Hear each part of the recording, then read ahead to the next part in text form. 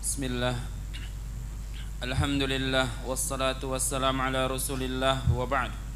Qala al-musannif rahimahullahu ta'ala wa fi sahih Muslim an Muawiyah bin al-Hakam as-Sulami radhiyallahu anhu qala latamtu jariyatan li فأخبرت رسول الله صلى الله عليه وسلم فعدم ذلك علي قلت يا رسول الله أفلا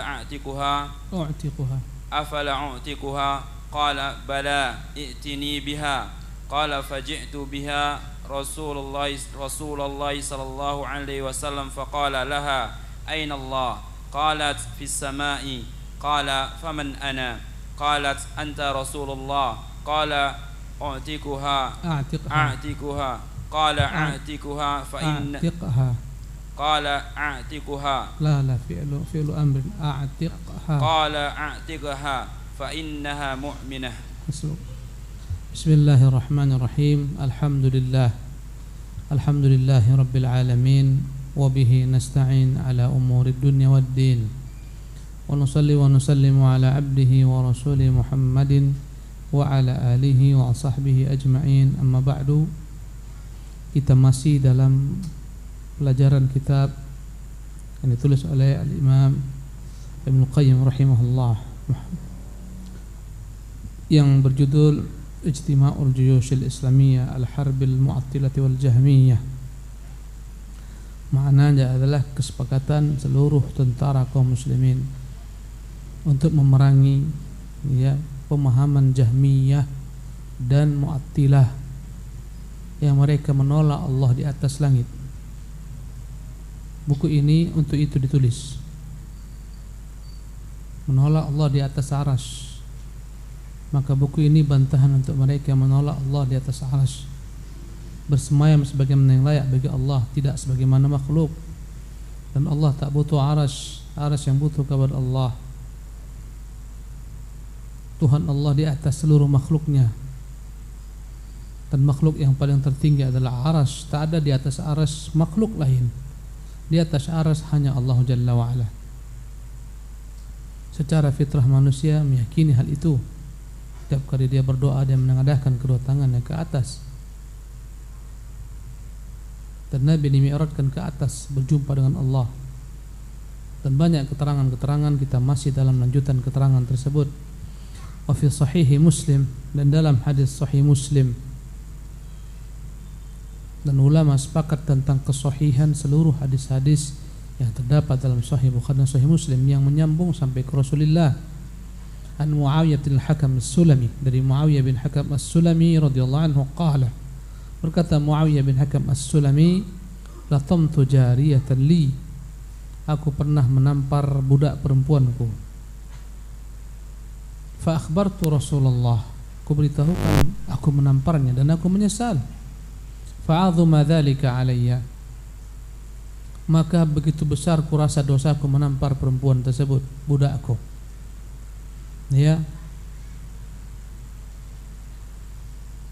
Qultu ya Rasulullah afala u'tiquha, karena besarnya kurasa kesalahanku menampar budak tersebut, aku pun datang kepada Rasulullah meminta kepadanya yakni saran, bagaimana sekiranya Rasulullah ku merdekakan dia sebagai tebusan atas kesalahanku ini, aku telah menamparnya.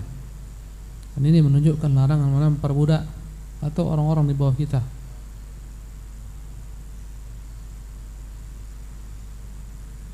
Qala bala i'tini biha, berkata Rasulullah, benar, bagus, kalau begitu bawalah budak itu kemari. Qala faji'tu biha Rasulullah, maka aku segera membawa budak tersebut ke hadapan Rasulullah sallallahu alaihi wasallam. Karena biasanya budak itu akan dibebaskan ketika dia telah beriman. Karena Nabi melarang memerdekakan budak-budak yang belum beriman. Kalau mereka dimerdekakan, mereka akan kembali kepada musuh-musuh Islam. Lalu mereka akan merugikan kaum muslimin. Maka dalam Al-Quranul Karim Allah Jalla wa'ala menganjurkan agar memberikan budak tersebut ketika dia telah beriman. Kata Allah, ya, raqabah mu'min, kata Allah Subhanahu wa taala, fakku raqabatin mu'minah, memerdekakan budak yang mukmin. Karena ketika dia masuk dalam Islam dari pintu jihad sebagai budak, dia tak mengerti untuk apa dia hidup. Dia tak mengerti tujuan hidup karena menyembah Tuhan-Tuhan yang bukan Tuhan. Tuhan-Tuhan yang tak pernah mencipta. Setelah dia masuk Islam, tahulah dia arti Tuhan sebenar-benar yang berhak diibadati. Dia pun tahu untuk apa hidup, apa tujuan hidup, apa misinya ketika hidup. Ketika itulah baru dia boleh dibebaskan. Maka dibawalah perempuan ini kepada Nabi SAW oleh tuannya. Ya, qala faji'tu biha Rasulullah. Bawalah perempuan ini menemui Rasulullah SAW. Faqala laha, maka Rasulullah mengetes budak ini. Sudahkah dia beriman? Kalau sudah, bebaskan dia. Kalau belum, tak boleh sampai dia beriman. Ketika datang perempuan ini atau budak ini, maka Nabi pun bertanya, Aynallahu, di manakah Allah? Ini pertanyaan dari Nabi. Pertanyaan ini mungkin diingkari banyak sekarang oleh orang-orang ahlul kalam. Mereka melecehkan kalau kita bertanya Aynallah.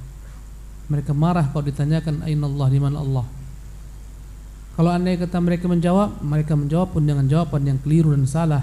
Allah di mana-mana.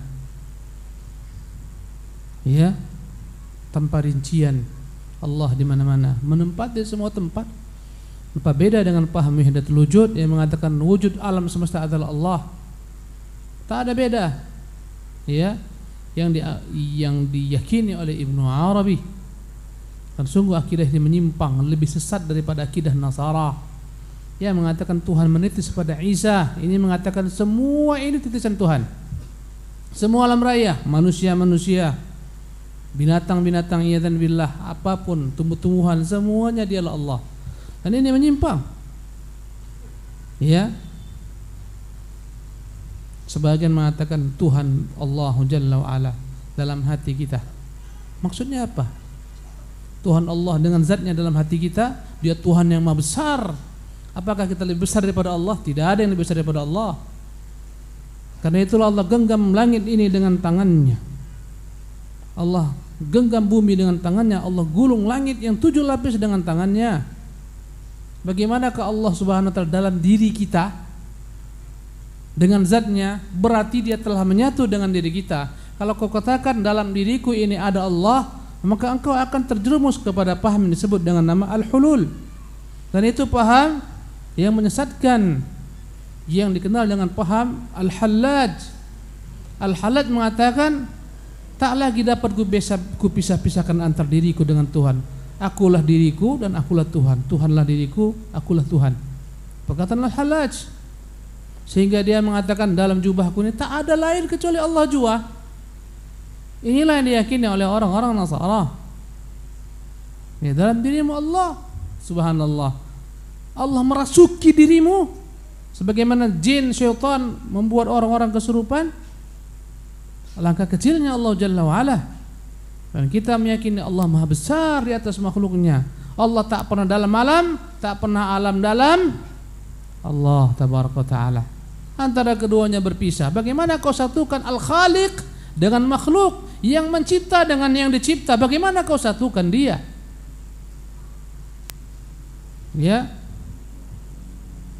Ada yang mengatakan ya, Tuhan Allah Subhanahu wa ta'ala tidak di atas, tidak di bawah, tidak di dalam, tidak di luar, tidak di samping. Ujungnya tidak ada Tuhan. Jawaban-jawaban yang keliru. Ya. Ada yang berdalil dengan Quran, Tuhan lebih dekat daripada urat nadi, karena Allah mengatakan wa nahnu aqrabu ilaihi min habbil warid. Kami lebih dekat kepadanya daripada urat nadinya. Maksudmu apa? Zat Allah tabaraka ta'ala masuk ke dalam urat nadimu sehingga lebih dekat Allah dengan urat nadimu daripada dirimu? Apakah maksudkan? Tidak itu pemahamannya. Subhanallah. Tapi pengawasan Allah Subhanahu wa ta'ala, pantauan Allah Subhanahu wa ta'ala, atau malaikat-malaikat yang siap menyabut nyawa yang dikirim oleh Allah Subhanahu wa ta'ala lebih dekat daripada urat nadi kita. Bukan zat Allah Subhanahu wa ta'ala. Yang mengatakan di mana-mana juga bagi dalil, wa huwa ma'akum aina ma kuntum, dan dia menyertai kalian dimanapun kalian berada. Apakah dengan zatnya? Kalau kau katakan ya, engkau telah terjebak dalam paham yang begitu menyimpang. Subhanallah. Engkau ke WC, Tuhan dalam WC bersabdamu. Engkau campuri keluarga, Tuhan bersamamu mencampuri keluargamu. Allahu Akbar. Wa huwa ma'akum aina kuntum, dan Dia menyertakan dimanapun kalian berada. Dengan zatnya mustahil. Dan Quran tidak saling bertentangan satu sama lain. Ya. Tapi dengan ilmunya, dengan pantauannya, penguasaan, kekuasaannya, kekuatannya, Dia di atas arasnya dan Dia memantau semua urusan manusia, mendengar, maha kuasa, maha kuat. Subhanallah. Bukan zatnya bersama kita di mana-mana. Ya. Dan orang-orang Arab boleh mengatakan sirtu wal qamar ma'i, aku berjalan sepanjang malam, bulan menyertaiku. Apakah maknanya bulan dalam diri kita? Tidak. Bulan di atas, kita dibawa di bumi, kemanapun kita berjalan, bulan menyertai kita. Maksudnya kita ya melihat bulan dan bulan terpantau oleh kita, seolah-olah Dia menyertai kita dimanapun berada. Dalam bahasa Arab demikian. Ya, kita pergi safar, kita bawa barang-barang yang banyak, letakkan di atas mobil. Mana barang-barang? Jangan takut, ada samaku. Apakah barang dalam diri kita? Di atas. Subhanallah. Jadi jawaban-jawaban yang keliru. Dan inilah yang ditanyakan Rasulullah, Aina Allah, di mana Allah? Dan ini dalam Sahih Muslim. Dan bukan hanya satu hadis, udah berapa banyak hadis kita lewati. Qalat, berkata perempuan ini, fis sama, Dia di atas langit. Syalbani rahimahullah tabaraka taala, ketika ada ulama-ulama Jazair yang telah mengumpulkan banyak rakyat, ya, mereka semuanya sepaham mereka harus menang dalam pemilihan umum. Dia sebutkan sekian puluh ribu daripada jemaah-jemaahnya, kami pasti menang dalam pemilu. Dia minta pembenaran Syalbani tentang apa yang mereka buat. Kata Syalbani rahimahullah, yang bisa meninggikan Islam adalah orang-orang yang akidahnya telah tertanam sampai ke tingkat-tingkat bawah, sampai ke kanak-kanak, sampai ke budak-budak pun akidahnya telah menghujam. Ketika itu Allah menangkan kalian. Kalau tidak, kau hanya mengumpulkan buih-buih yang semu. Ketahuilah, Nabi dan para sahabat mereka, subhanallah, berhasil menaklukkan bumi ini semua karena akidah telah terhujam dalam dada mereka, sampai pada budak-budak pun telah terhujam akidah yang benar. Yang dapat Allah SWT menangkan menjadi penakluk dunia ini, subhanallah, dengan rahmat yang mereka sebarkan, bukan menaklukkan dengan kezaliman. Mereka lah orang-orang yang telah tertancap akidahnya dalam hati sanubari setiap individunya. Yang tak peduli dengan akidah, kau kumpulkan buih-buih yang banyak, mustahil kau menang. Dan mereka coba, memang hitung-hitungan angka mereka menang. Beberapa hari langsung seketika itu dibatalkan pemilihannya, mereka digulingkan, mereka dikalahkan. Naiklah penguasa-penguasa yang zalim, sehingga untuk sholat ke masjid pun mereka tak bisa. Sehingga pindah dari satu desa ke desa lain pun mereka tak bisa. Pembunuhan di mana-mana, kekacauan di mana-mana. Subhanallah. Kenapa? Akidah tak tegak. Subhanallah. Jadi apa yang dikatakan Syekh Al-Albani rahimahullah benar adanya. Akidah, ya, itu adalah merupakan pondasi pertama. Jika itu kuat, Allah akan berikan kekuatan kepada orang-orang mukmin. Jika ini pondasinya lemah, tak akan mungkin kita berharap kejayaan, kemenangan. Jangan bangga dengan banyaknya orang. Aku berhasil mengumpulkan 5 juta manusia. Wallahi kalau mereka bukan berakidah yang benar, mereka hanyalah kumpulan daripada buih-buih belaka.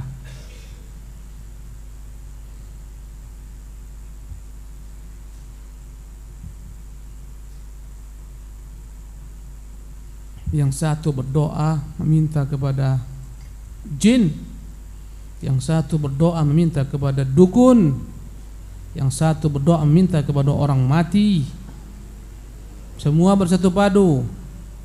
Ya, yang satu meninggalkan salat. Macam-macam centang perenang akidah. Yang satu meyakini ada wali yang memiliki kekuatan dahsyat, ya, menyertai Allah dalam mengatur alam semesta dan penciptaannya ini. Yang satu begini, yang satu begitu.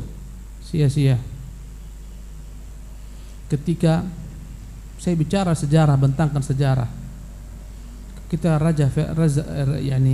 rezim Reza Pahlavi berkuasa di Iran, dan dia berkuasa dengan kekuasaannya, dan dia penguasa yang tiran.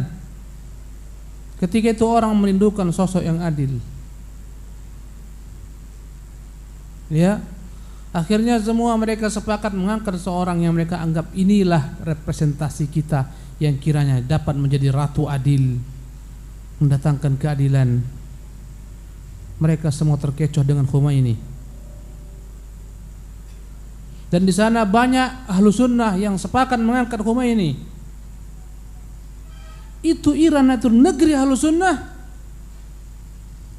Di sana banyak sekali ulama-ulama ahlu sunnah. Bagaimana dia berulah, bagaimana dia berubah menjadi negeri yang begitu bencinya kepada para sahabat-sahabat Rasulullah. Subhanallah. Ya, mereka terbuai dengan janji-janji. Mereka terbuai dengan berbagai macam, ya, iming-iming. Inilah yang paling baik.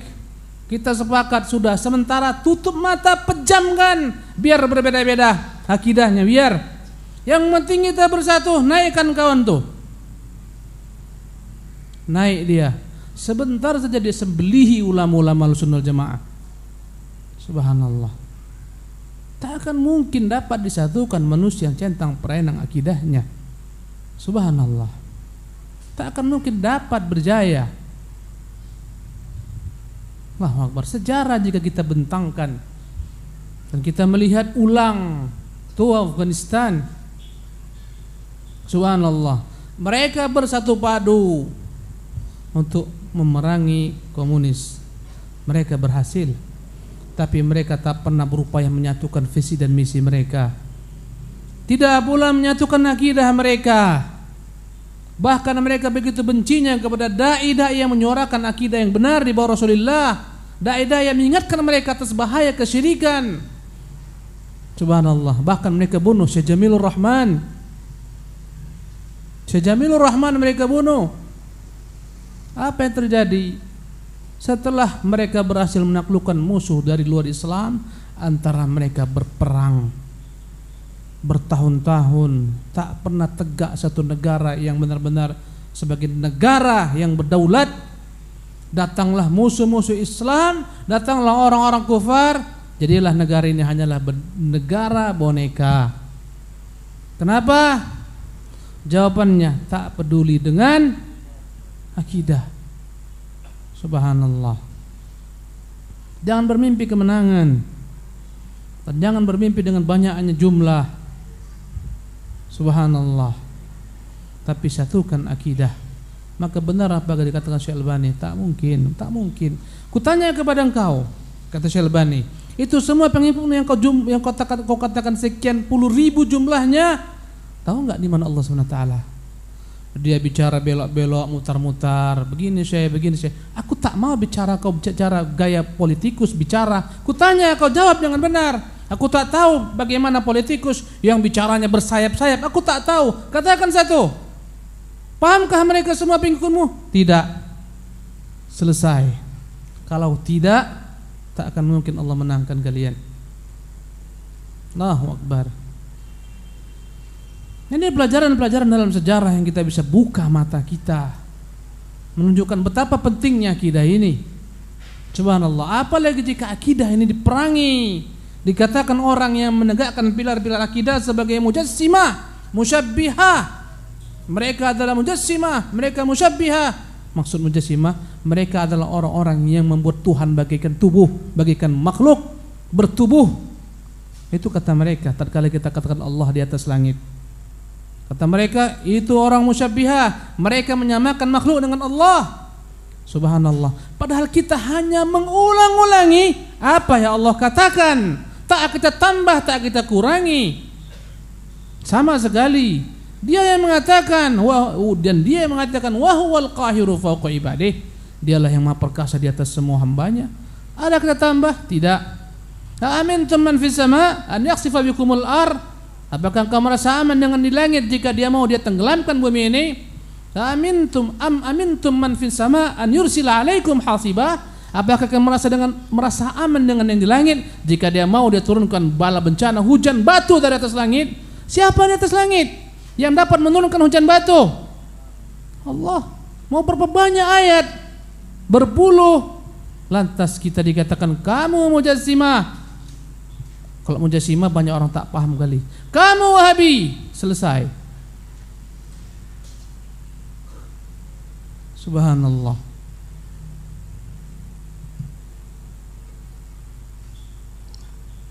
Wahabi intoleran. Saya belajar di negeri yang mereka sebut Wahabi 4 tahun. Di sana kami pelajari semua fikih muqarin. Kitab Bidayatul Mujtahid. Itu Bidayatul Mujtahid. Siapa pengarangnya? Ibn Rushd Al-Maliki. Kami pelajari. Subhanallah. Jika antum datang ke negeri yang mereka sebut Wahabi, begitu luasnya kelonggaran. Ada yang salatnya Allahu Akbar.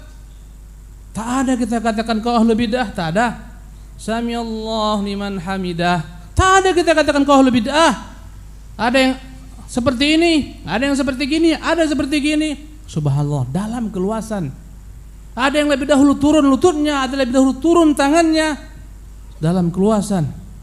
Tak ada kita permasalahkan. Subhanallah. Tak ada pemaksaan. Ini perkara-perkara yang sederhana. Sebagian masjid azan 2 kali tak pernah kita masalahkan. Sebagian masjid azan sekali tak pernah kita masalahkan. Subhanallah. Dan guru-guru kita, dosen-dosen kita ada yang condong ke mazhab Maliki, ada yang condong ke mazhab Syafi'i, ada yang condong ke mazhab Hambali, tak pernah kita masalahkan.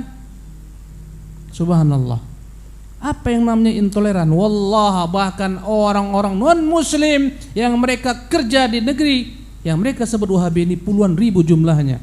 Mereka hidup dengan aman, tak pernah disuruh paksa masuk Islam.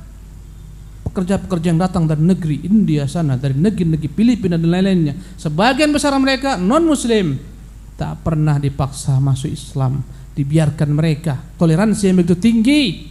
Kita diajarkan untuk toleransi. Subhanallah. Tak ada pemaksaan. Apalagi dibuat buku Wahabi apa namanya buku yang ditulis oleh Dahram itu, berdarah-darah. Sejarah berdarah sekte Wahabi. Kapan berdarah-darah? Ada jemaah haji yang berdarah-darah pulang, pergi puluhan tahun yang silam. Siapa yang membunuh jemaah haji itu? Orang-orang Rafidhah. Subhanallah. Allahu Akbar. Berapa banyak orang-orang yang begitu anti dengan negeri yang mereka sebut Wahabi. Mereka di sana berpuluh tahun bekerja, menjadi pekerja-pekerja. Subhanallah. Mereka aman, walaupun mereka celah negeri Wahabi. Subhanallah. Dan ini adalah trik membuat orang jauh daripada Quran, Sunnah, as-salafus salih. Katakan saja Wahabi, engkau lepas tangan, selesai. Subhanallah.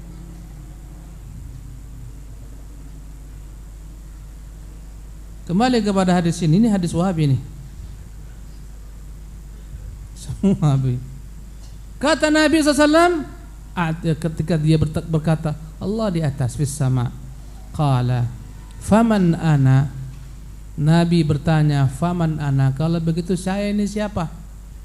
Qalat anta Rasulullah, engkau Rasulullah. Sempurna sudah. Dia tahu siapa Rasulullah, dia tahu di mana Allah yang dia sembah. Apa kata Nabi? A'tiqha, kau bebaskan ini, bebaskan budak ini. Fa innaha mu'minah, ini orang mukmin. Nabi tak katakan ini Wahabi, bebaskan dia Wahabi, tak ada. Ini mukminah.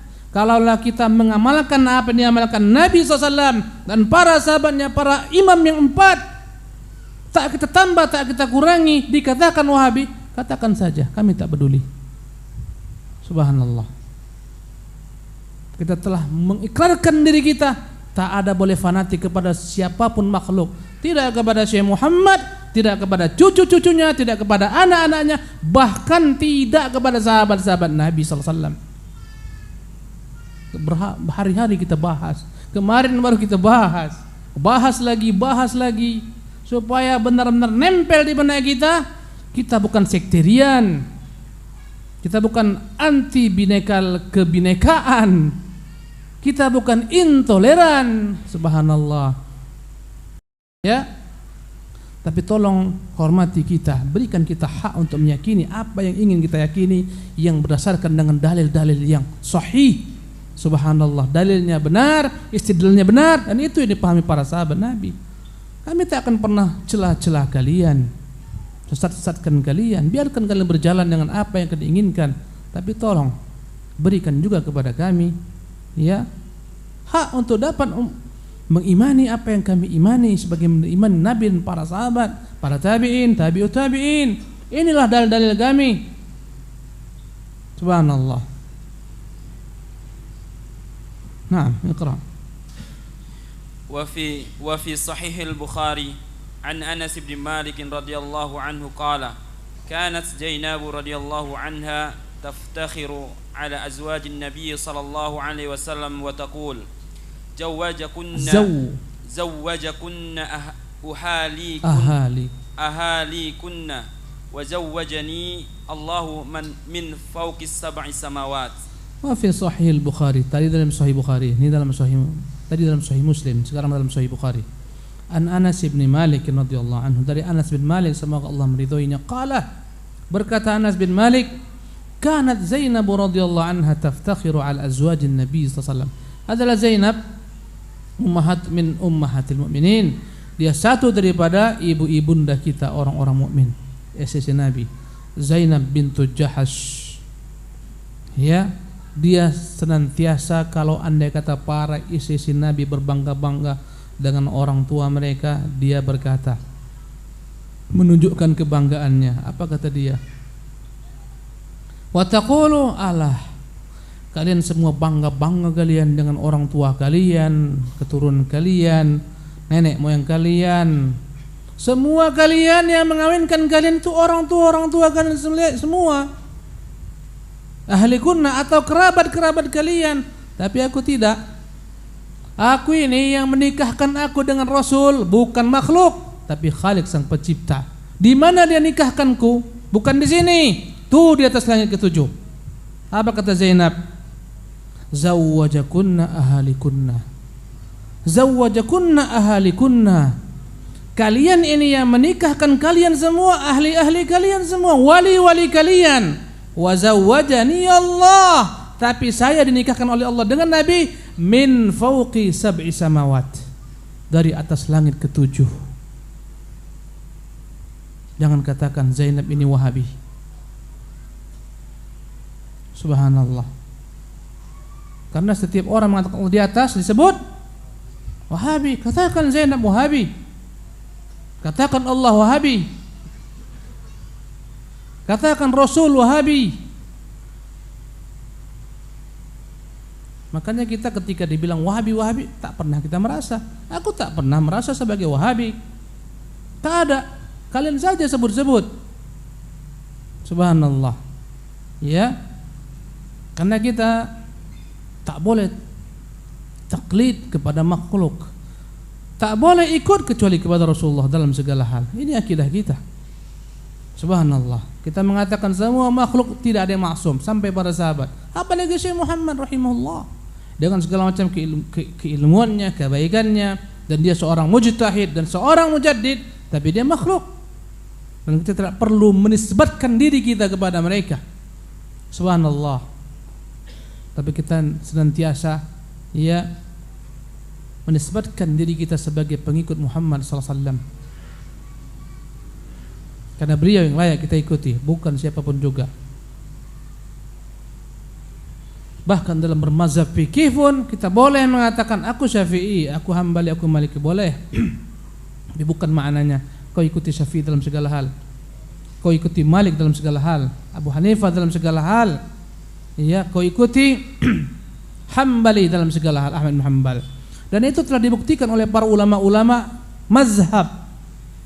Lihatlah betapa banyaknya perkataan-perkataan Al-Imam Abu Yusuf Al-Qadhi dan perkataan Al-Imam Muhammad bin Hasan Asy-Syaibani yang kedua-duanya menyelisih guru besar mereka Abu Hanifah. Banyak sekali. Dan mereka juga tetap dikatakan bermazhab Hanafi. Dan berapa banyak perkataan Imam Nawawi rahimahullah menyelisih mazhab Syafi'i. Ketika antum mengatakan aku bermazhab Syafi'i, tidak kita celah. Subhanallah. Tak boleh kita celah. Ini mazhab adalah mazhab yang tegak. Cara usul prinsipnya kembali kepada Quran dan Sunnah. Tak masalah. Yang masalah adalah ketika kau anggap mazhab ini sajalah yang benar, selainnya tak benar. Semua kebenaran ada dalam mazhab ini. Itu yang salah. Subhanallah. Dan para pendiri-pendiri mazhab ini sebagaimana Imam Syafi'i rahimahullah, dia yang pernah mengatakan in sahhal hadis fahuwa madhhabi. Kalau hadis itu ada yang benar, itulah pendapatku sebenarnya. Dan dia yang berkata kalaulah ada perkataanku yang menyelisih perkataan Nabi SAW, campakkan jauh-jauh perkataanku, ambil perkataan Rasulullah SAW. Allahu Akbar. Suatu ketika Imam Syafi'i rahimahullah ditanya oleh salah seorang daripada murid-muridnya, wahai Imam, apakah engkau wahai Imam mengambil pendapat ini yang dalamnya ada hadis Nabi SAW, kau tinggalkan pendapat yang lain? Ya, ketika ada hadis yang sahih, berkata muridnya, anta taqulu bihi, apakah engkau berpendapat dengan hadis yang sahih ini wahai Imam? Karena tersebar adanya perkataan-perkataan yang menyelisih hadis yang sahih ini. Maka muridnya bertanya, apakah engkau wahai Imam taqulu bihi, berpendapat dengan hadis yang sahih ini? Marah Syafi'i rahimahullah, marah besar. Kau lihat rupanya aku berpakaian sebagaimana orang-orang Nasara. Kau lihat alayya zinnar, apakah kau tengok aku ni pakai tali pinggang sebagaimana tali pinggang orang Nasara? Kau lihat aku berpakaian orang Nasara? Bagaimana kau tanyakan kepadaku apakah aku ikuti hadis yang sahih? Dan itu datang dari Nabi SAW. Mustahil ku tinggalkan ada hadis yang sahih. Perkataan Syafi'i rahimahullah tabaraka ta'ala.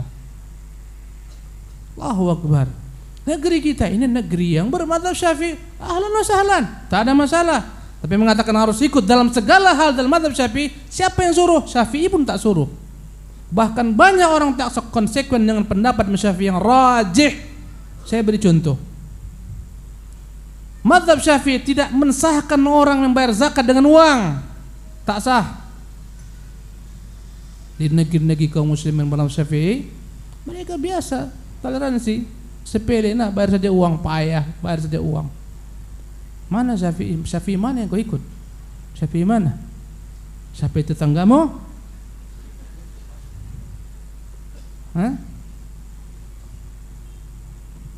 Ketika itu dia tak konsekuen. Tapi tatkala ada orang tak angkat tangan kunut, kau ini hidup di negeri Indonesia bermadzhab Syafi'i, kau tak kunut? Subhanallah. Engkau saja bayar zakat pakai uang, tak ada orang ribut. Ya, jadi timbangannya lain-lain. Subhanallah. Yang ditimbang sama, timbangannya lain-lain. Allahu Akbar. Ya, kok di dia benar, di kita tak benar. Dalam mazhab Syafi'i tak boleh berpidato dengan bahasa selain Arab. Tak boleh. Makanya dahulu kala ada sebagian masjid yang mereka senantiasa berpidato dengan bahasa Arab ketika khutbah Jumat. Sampai saat ini. Saya pernah sholat di Pariaman sana, penceramahnya berpidato dengan bahasa Arab, tapi yang sudah dimakan umur bahasanya tak berubah-ubah. Teksnya itu aja. Karena mereka ini mazhab Syafi'i, tak boleh pakai bahasa Indonesia, bahasa Arab dia. Subhanallah. Kita katakan tuh Syafi'i yang konsekuen. Ini mana ini Syafi'i yang tak konsekuen ini? Tapi kalau andai kata ada orang tak kunut, mendelik matanya. Kita tak pernah wallah sesatkan orang yang kunut, tak pernah, bukan hak kita. Kita toleransi, silakan tafadhal, tapi berikan juga kepada mereka yang meyakini ini bukan ya terdapat padanya hadis-hadis yang sahih, berikan mereka keluasan ke lapangan. Tak perlu kita ngotot. Subhanallah. Sebagaimana kemarin kita bahas, sampai diturunkan khatib gara-gara tidak pakai tongkat. Subhanallah. Ya, kau Wahabi, kau tidak pakai tongkat. Wallahi di Saudi yang mereka juluki, di negeri yang mereka sebutkan negeri Wahabi, semua masjid-masjidnya pakai tongkat. Yang pakai tongkat itulah Wahabi. Mereka ikut Wahabi. Subhanallah. Sudahlah, ini perkara-perkara yang sebenarnya perkara-perkara khilafiyah yang orang harus toleransi padanya, dan kita sangat toleransi. Subhanallah. Ya, tak pernah kita bubarkan kajian-kajian ya di luar daripada kajian-kajian yang kita ketahui, pahami. Tak pernah. Tak pernah kita larang-larang orang untuk mendirikan masjid. Pernah? Tak ada. Subhanallah, jalan itu adalah rumah Allah Subhanahu wa taala, silakan. Mungkin kita berbeda dengan beberapa hal, tapi engkau saudaraku, tetap saudaraku. Seiman, seakidah, walaupun kita berbeda dalam beberapa perkara, dan itu biasa. Karena para ulama juga berbeda-beda, tapi mereka biasa. Ya, berbeda-beda mereka, bahkan dalam satu mazhab pun berbeda-beda. Para ulama mazhab, soal biasa. Subhanallah, ya. Maka jangan katakan ini mereka tidak toleran, intoleran, sangat toleransi sekali kita. Subhanallah. Jadi inilah yang dikatakan oleh Zainab radhiyallahu tabaraka taala anha wa ardhaha. Jangan katakan Zainab itu mujassim, sebagaimana mereka mengatakan kita mujassim. Mujassim dari kata-kata jismun, artinya menganggap Tuhan itu bagikan makhluk bertubuh, berjisim. Itu kata mereka. Tolong jangan katakan Zainab itu mujassim. Ikhwatul kiram dimuliakan Allah Subhanahu wa taala. Kita padakan sampai di sini. Semoga bermanfaat. Aqulu qawli hadza wa astaghfirullah li wa lakum wa atubu ilaihi. Wa sallallahu wa sallam wa baraka ala abdihi wa rasulih Muhammadin. Wa akhir da'wana anil hamdulillahi rabbil alamin.